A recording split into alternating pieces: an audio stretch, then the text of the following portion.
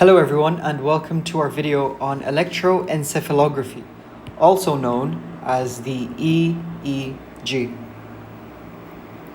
A quick overview of what happens when you are recording an EEG. Probes are placed on predetermined location of the patient's scalp, and the brain produces electrical activity which is conducted to the scalp.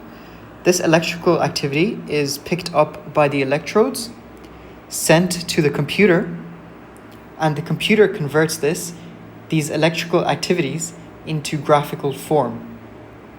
Most important from this diagram is the fact that each electrode, for example this one, points to a particular location on the brain. And when the doctor is reading the EEG, he will know that, for example, this top row points to this frontal location of the brain. The EEG measures brain activity. It can be either at rest or while doing some activity, depending on your research or clinical question.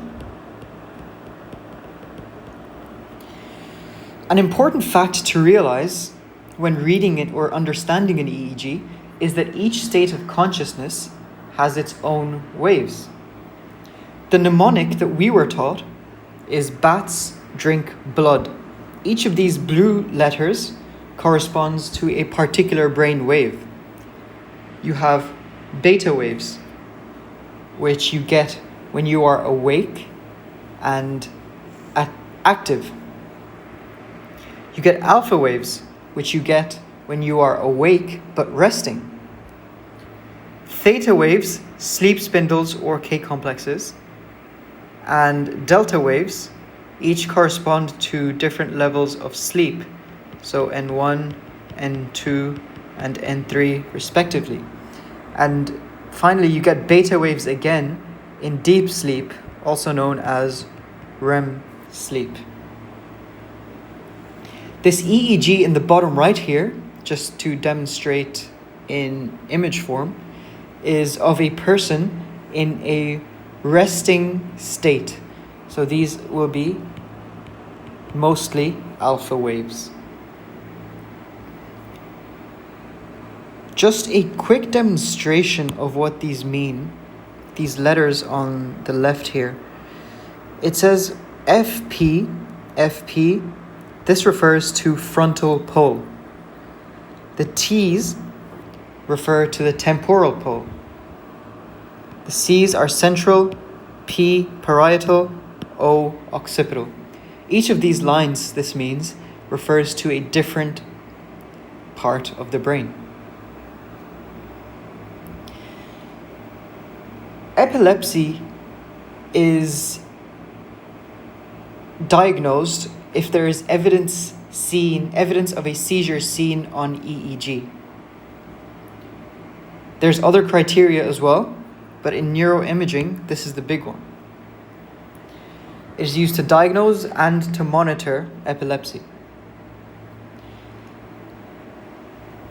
The rule of thumb that we were taught was that if it's painful to sit on, it is probably epileptiform activity.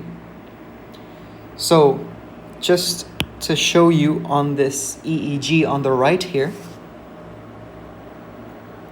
this part, if you turned it into a bench, would be uncomfortable but not painful. However, if your bench turned into this, it would certainly be painful to sit on. And that is why this would be called epileptiform. Epileptiform just means that it looks like activity that would be indicated, that would occur during a seizure. Why EEG? Well, the main benefit of the EEG is that it uniquely, among neuroimaging, assesses both temporal and spatial correlations of brain activation. What does this mean? Temporal means in time, and spatial means location. There is no other major and commonly available neuroimaging technique that assesses both at the same time. So you can see with time what particular locations have different brain activity.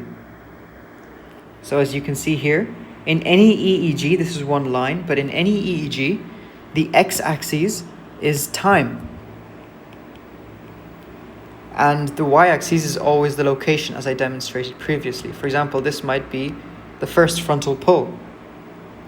And this is important because you can see with time how brain activity differs and how particular actions, such as hyperventilating in petit mal epilepsy, could lead to different kinds of brain waves.